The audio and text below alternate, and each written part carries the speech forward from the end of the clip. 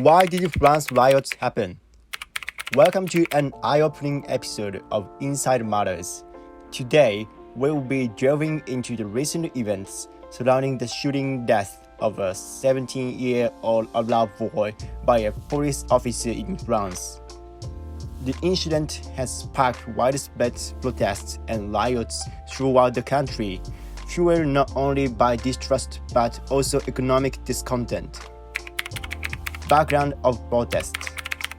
Demonstrations began as peaceful protests against the concerning trend of police shooting involving Arabs and blacks in France. However, as tensions escalated, the protests turned into riots, resulting in the arrest of over 600 individuals in just 3 days.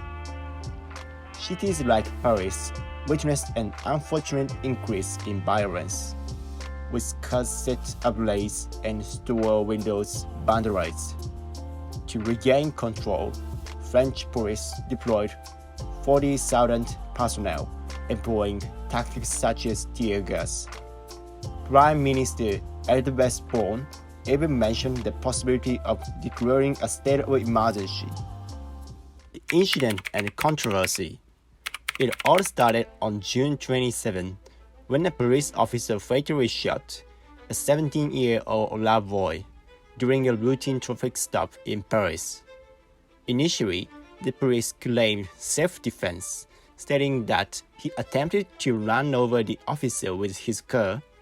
However, videos circulating on social media tell a different story.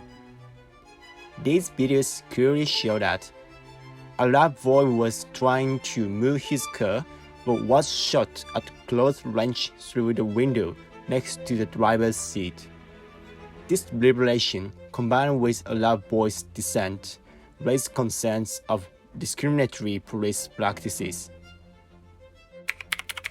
Structural discrimination. This incident sheds light on deeper issues within the French police force.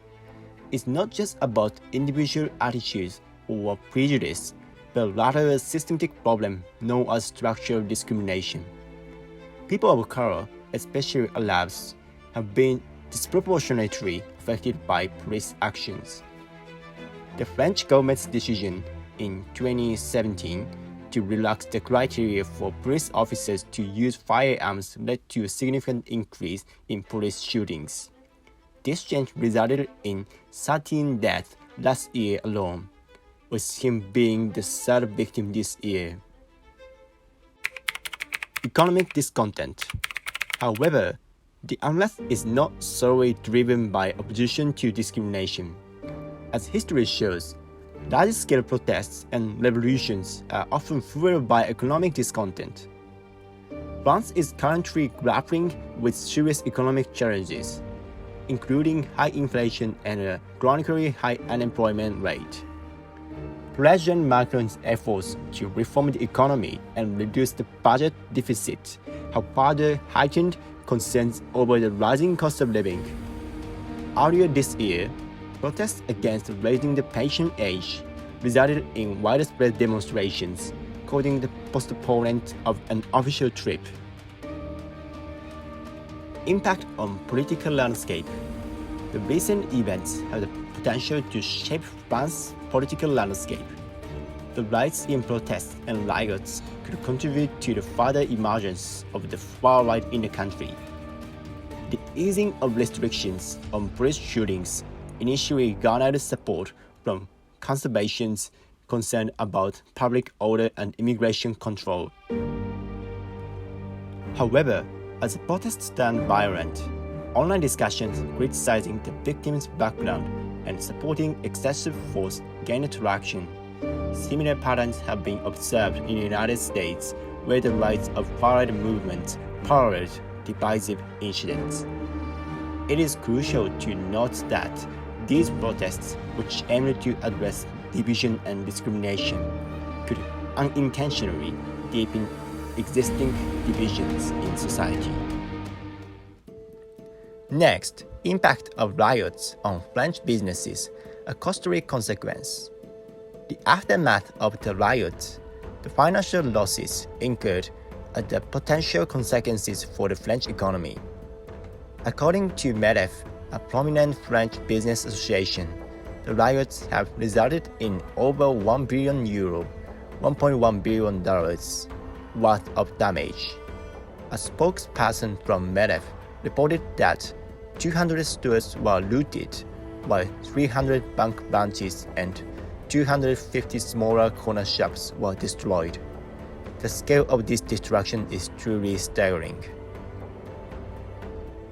However, it appears that many businesses will not be fully compensated for their losses.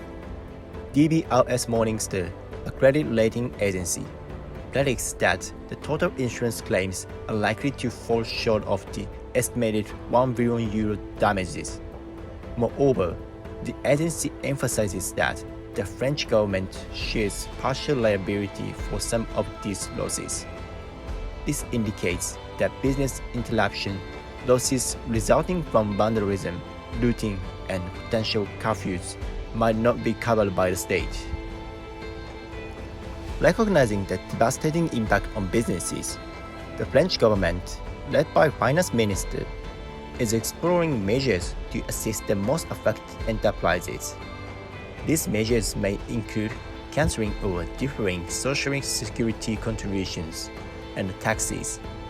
Additionally, businesses will now have 30 days instead of 5 to file insurance claims, providing them with more time to recover. Unfortunately, the challenges for French businesses do not end there. The riots have generated negative perceptions of safety and stability in France, discouraging tourists from visiting one of the world's most beloved destinations. MEDEF president revealed that, as of the beginning of July, foreign tourists have already cancelled 20 to 25% of their planned trips to Paris. This reduction in tourism will undoubtedly have a further detrimental impact on the already strained French economy. Despite the persistence of protests and strikes demanding the government abandon its plan to increase the retirement age, the French economy had managed to outperform the wider Euro area in the first few months of this year.